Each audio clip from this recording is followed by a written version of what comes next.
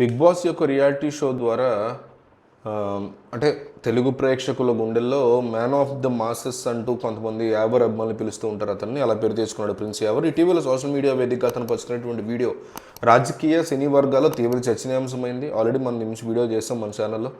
సాధారణంగా ఎప్పుడు నవ్వుతూ ఉత్సాహంగా ఉండేటువంటి యావరు ఈ వీడియోలో కన్నీళ్లు పెట్టుకుంటూ తాను ఎదుర్కొంటున్న గడ్డు పరిస్థితుల్ని వివరించడం అనేది అందరినీ ఒక రకంగా కలచివేసిందని చెప్పుకోవాలి.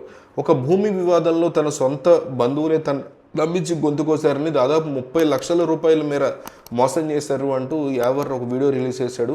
కష్టపడి సంపాదించుకున్న సొమ్ము ఇలా అన్యాయంగా పోవడంతో తను మానసిక క్షోభకి గురవుతున్నానని ఆయన వాపోయిన పరిస్థితి కూడా ఉంది.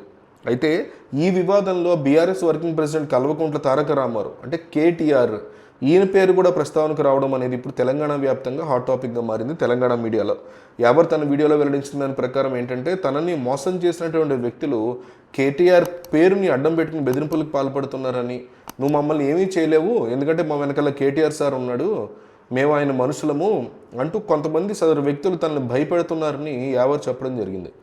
సో తన డబ్బుల్ని తిరిగి అడిగినందుకు తన ఫోన్ నెంబర్ని బ్లాక్ చేశారు అని, తనకు రావాల్సినటువంటి 23 లక్షల రూపాయల బాకీని కూడా ఎగ్గొట్టే ప్రయత్నం చేస్తున్నారు అని ఆయన ఆరోపించడం జరిగింది ఆ వీడియోలో.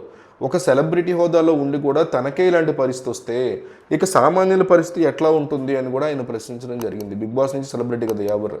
సో ఈ విషయంలో కేటీఆర్కి ఎటువంటి సంబంధం ఉందని తను అనుకోవట్లేదని కూడా యావర్ స్పష్టంగా తన వీడియోలో పేర్కొన్నాడు.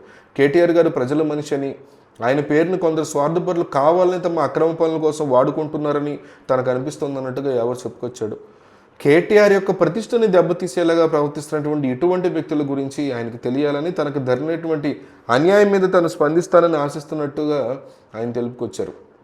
తన కష్టార్జితం కోసం తాను రోడ్డు మీదకి రావాల్సినటువంటి పరిస్థితి కల్పించారని, ఈ క్రమంలో తనకు ఆత్మహత్య చేసుకోవాలన్నటువంటి ఆలోచనలు కూడా వస్తున్నాయని కూడా చెప్పడం పరిస్థితి యొక్క తీవ్రతను అర్థం చేసుకుంటే. సో దీని వీడియో తర్వాత ఈ వీడియోని ట్యాగ్ చేస్తూ చాలామంది కేటీఆర్ ఆఫీస్ అని ఇంకో హ్యాష్ ట్యాగ్ ఉంటుంది, ఇంకో ట్విట్టర్ హ్యాండిల్ ఉంటుంది, దాన్ని విపరీతంగా ట్విట్టర్ ఇన్స్టాగ్రామ్లో ట్యాగ్ చేస్తున్నారు. దాంతో కేటీఆర్ త్వరలో వెళ్ళి ఎవరి ఇంటికి వెళ్ళి అసలు ఎవరు నా పేరు చెప్పి నేను బెదిరిస్తుంది ఎవరు, వాళ్ళు నా మనుషులా కాదా, నా మనుషులు అయితే వాళ్ళు ఏం యాక్షన్ తీసుకోవాలి, తన మనుషులు కాకుండా తన పేరు చెప్పి బెదిరిస్తుంటే ఏ రకమైన యాక్షన్ తీసుకోవాలి, వీటి కోసం కేటీఆర్ త్వరలోనే యావర్ ఇంటికి వెళ్ళి ఆలోచన చేస్తున్నట్టు తెలుస్తోంది.